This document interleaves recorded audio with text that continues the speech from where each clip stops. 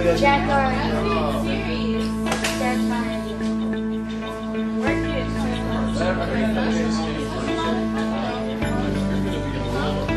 Incoming freshmen like us, we want to, we're excited about the academy. I would like to be an engineer. I would like to be an architect. I would like to be an engineer. And that's basically why I got into METSA. For Ashley White, Tyler Gardner, Paul Perez, and Cindy Arteaga, freshman year at METSA Academy seems like a lifetime ago. Oh my God. Ashley wound up transferring into the Garland ISD, more on her later, but the other three are preparing to graduate from R.L. Turner High School in Carrollton.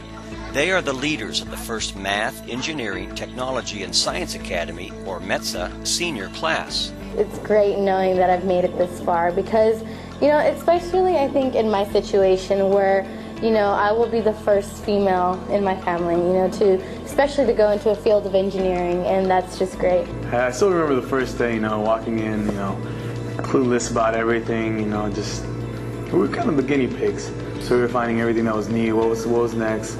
We were always anxious for what was coming ahead of us. I definitely think we all matured, especially me. I started realizing, wow, this is my last year here.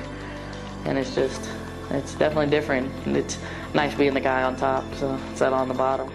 And Cindy and Paul have not only matured into seniors, but have become the faces of METSA, serving as student tour guides and speaking on numerous panels. There are goals that I've set myself, and METSA has really helped me through all my plans.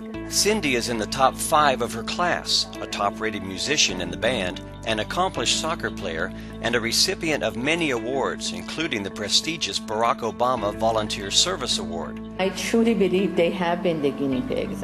METSA Director Mansoureh Tehrani proudly acknowledges how far they've all come and isn't surprised by their accomplishments. Because I really have seen the hard work that each of them have put forth and the work that the teachers are doing. So, the 6 of us that started with this group of kids and where they have been and the progression and the growth that we see in them, it's pretty amazing. Tyler, Paul, and Cindy will graduate from METSA and R.L. Turner in May of 2011. All will be headed for college and ultimately into STEM-related fields. Instead of making this whole thing flip up at once, divide it into 2, so it'll flip like this. Tyler still wants to be an engineer, but has narrowed his scope to the aerospace field. I'd either like to be working for Boeing or in the military working, designing planes for them and doing different designs and see how I can push a plane to maybe go faster, maybe go fly longer. So just planes have always kind of fascinated me. See you later. Paul's career path has been altered the most, switching from architecture to agriculture and business. He now likes the idea of someday running his own business and maybe one day his own farm. I decided to be a business administrator, so majored in entrepreneurship and maybe get my master's in business administration. That way, if I do end up, I have some knowledge of how to manage a business, and if I ever do want to own my own farm, I'll go back to that. I mean, we can fix the issue, but it's going to be 3 feet high. Cindy, meanwhile, has never wavered and has kept her eyes firmly focused on a career in architectural and civil engineering. And she set some lofty goals for college, with MIT at the top of her list. And well, MIT, there's no question about it. It's just a great engineering school, I think. And I went and visited MIT. I went and visited Northeastern, Boston University, and Harvard. Now, Harvard isn't really an engineering school, but the main reason I'm going to apply is because they do say that if you get accepted to Harvard, you can still take courses at MIT. Yep. Easier construction. Makes sense. Easier. All agree that their experience at METSA has prepared them well for not only college, but career and life.